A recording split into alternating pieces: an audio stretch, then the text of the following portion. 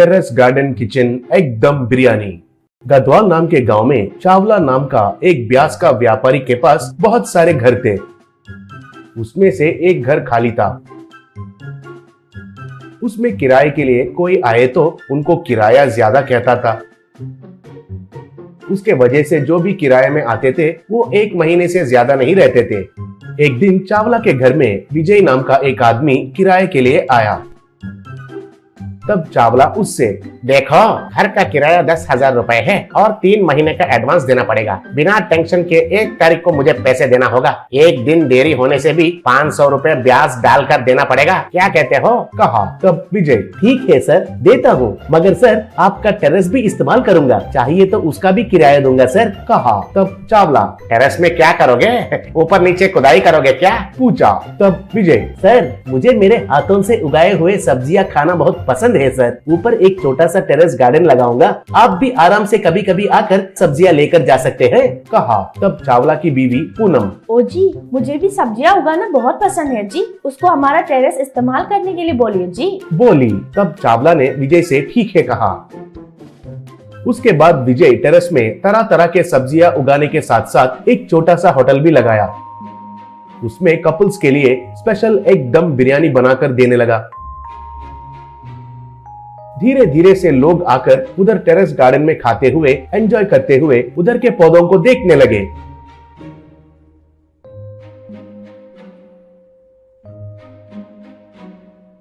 फिर थोड़े दिन के बाद घर में एक होटल लगाया है कहकर चावला और उसकी बीवी पूनम विजय के पास आए। तब विजय से चावला, बाप रे मेरे भाईजान, तुम्हारे बारे में कुछ और सोचा था। तुम तो मामूली नहीं हो, आसानी से किराए देकर होटल रन कर रहे हो। Very good very good, hotel के लिए 15,000 किराए दे दो। कहा। तब पूनम, ओ जी, ये तो बहुत अन्याय है, इतना ज्यादा किराया। बोली। तब विजय, जाने दीजिए मैडम, किराए ही तो है ना, दे दूंगा सर। मेरा चतुरता से वो पैसे आसानी से कमा लूंगा, आप कोई प्रॉब्लम फील मत कीजिए। कहा। तब चावला बहुत खुश हुआ। ऐसे थोड़े दिन के बाद विजय के टेरेस के होटल में आजू बाजू के सारे औरतें आने लगे। ऐसे थोड़े ही दिन में विजय को और विजय के टेरेस होटल को बहुत पसंद करने लगे। ऊपर से कभी कभी चावला भी उधर आकर विजय के बारे में गर्व से उनको कहकर उसका बहुत तारीफ करता था। फिर ऐसे देखते देखते विजय बहुत व्यस्त बन गया। फिर 6 महीने बीतने के बाद चावला से पूनम, विजय बहुत होशियार और चतुर लगता है, हमारी बेटी का पढ़ाई खत्म होने के बाद उसको देकर शादी करेंगे जी। बोली। तब चावला, अरे वाह, ये आइडिया तो बहुत अच्छा है। अभी जाकर विजय से बात करते हैं, नहीं तो वो असल में ही बहुत चतुर है, कोई ना कोई उसे उठाकर ले जाएगा। कहकर उस टेरेस गार्डन में गए। वहां टेरेस गार्डन में कोई नहीं होने के वजह से उसके घर गए। जब उनके घर पहुंचे तो उसके दरवाजे का ताला टूटकर दिखाई दिया। घर के अंदर पूरा चीजें बिखरे हुए थे।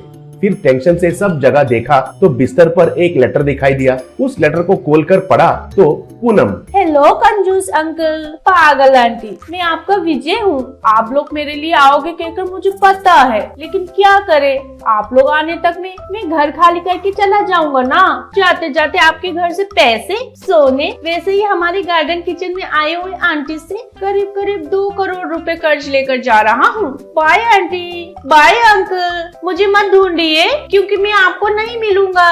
कहकर पड़ी। उसके बाद पूनम, ओ जी, हमारा पैसा और सोना चला गया। कहकर रोने लगी। तब चावला, तुम चुप करो, सब कुछ गया तो गया। अगर इसको दामाद बनाते थे तो हमें भी उसकी तरह चोर बना दिया होता। हे भगवान, हमारी बेटी बहुत भाग्यशाली है। अब मरने से भी ऐसे वालों को घर किराए पर नहीं देना चाहिए। कहा। दिल्ली घोड़ा वाला मटन बिरयानी डिलीवरी। दिल्ली शहर के एक प्रांत में करण सिंह नाम का एक गरीब युवक रहता था। उसके पिताजी टांगा चलाते हुए थोड़े बहुत पैसे कमा लेते थे। करण सिंह बहुत अच्छा धावक था, वो रनिंग रेस में फर्स्ट आता था।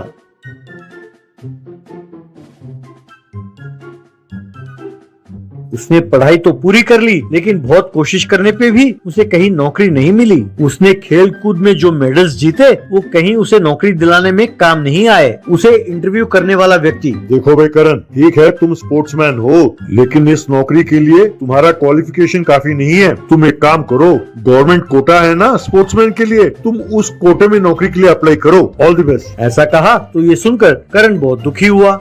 बाद में उसका दोस्त विजय, अरे यार करण, तू चिंता छोड़ दे यार, जब तक गवर्नमेंट नोटिफिकेशन आए तुम्हें खाली बैठने की कोई जरूरत नहीं है। तुम कोई प्राइवेट नौकरी ढूंढ लो और थोड़ा बहुत पैसे कमाओ, जिससे तुम्हारे परिवार के लिए मदद हो जाएगा। मैं एक व्यक्ति को जानता हूँ जिसने अभी अभी बिरयानी सेंटर खोला है, वहाँ डिलीवरी बॉय की नौकरी खाली है। अगर तुम्हारे पास बाइक हो तो काफी है, मैं उनसे बात करूंगा और मना लूंगा। तब करण अपने मन में, बाइक होना चाहिए लेकिन मेरे पास तो है नहीं, अगर मैंने इससे कह दिया कि मेरे पास बाइक नहीं है तो ये मौका भी जाता रहेगा मेरे हाथ से। किसी तरह इस नौकरी को मेरे हाथ से जाने नहीं देना चाहिए। यूँ सोचकर, हाँ यार अब मेरे पास बाइक है, तुम उन्हें फोन लगाओ और उनसे कहो। तब विजय ने तुरंत बिरयानी सेंटर को फोन लगाया और करण सिंह के बारे में बताया।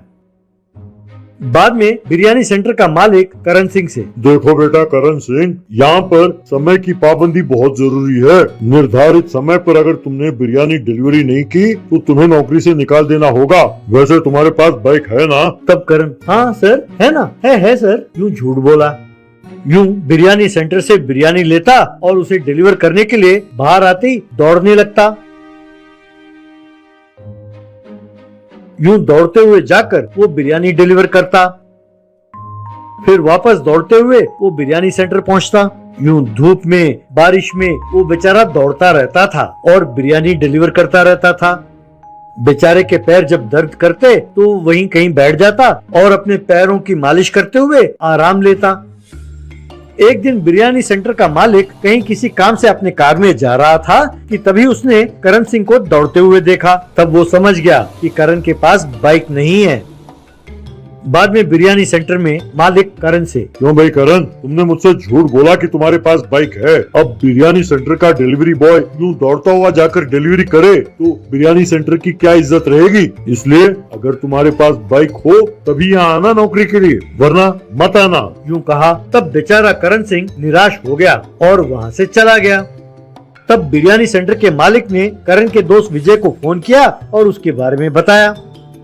तब विजय करण के घर पहुंचा। यार करण, ये तूने क्या किया? तब करण के पिताजी को उसके बारे में पता चला। वो अपने बेटे से, बेटा अपने परिवार के लिए तुमने इतनी तकलीफ उठाई, एक बाप के नाते मैं तुम्हारे लिए कुछ कर नहीं पा रहा हूँ बेटा, इस बात का मुझे बहुत दुख है। तब विजय, यार करण, मेरे दिमाग में एक आइडिया है। अब तुम्हारे पिताजी के आराम करने के दिन है, इसलिए तुम अपने पिताजी के घोड़े को अपने बाइक की तरह इस्तेमाल करो। घोड़े पर सवार होकर तुम बिरयानी डिलीवर करो, तुम्हें दौड़ने की जरूरत नहीं पड़ेगी। तब करण, लेकिन बिरयानी सेंटर के मालिक माने तब ना। तब विजय, वो तुम मुझ पर छोड़ दो।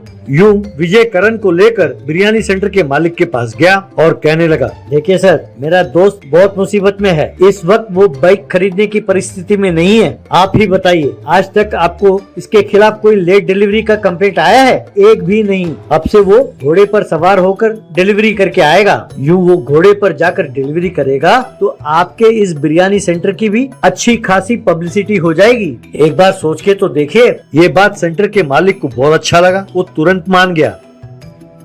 बस इस तरह हर रोज करण घोड़े पर सवार होकर बिरयानी डिलीवर करने लगा। वो यूं घोड़े पर सवार होकर जाता था तो लोग हैरान होकर उसे देखते थे और उसके बारे में चर्चा करते थे। बच्चे ये देखने के लिए कि घोड़ा उनके घर कैसे आता है, वो अपने माँ बाप से बिरयानी ऑर्डर करने की जिद करने लगे। जब घोड़ा डिलीवरी करने आता तो बच्चे घोड़े को पुचकारते हुए बहुत खुश होने लगे। करण बच्चों को घोड़े पर बिठाकर उनका सैर कराने लगा तो बच्चे और भी ज्यादा खुश हुए।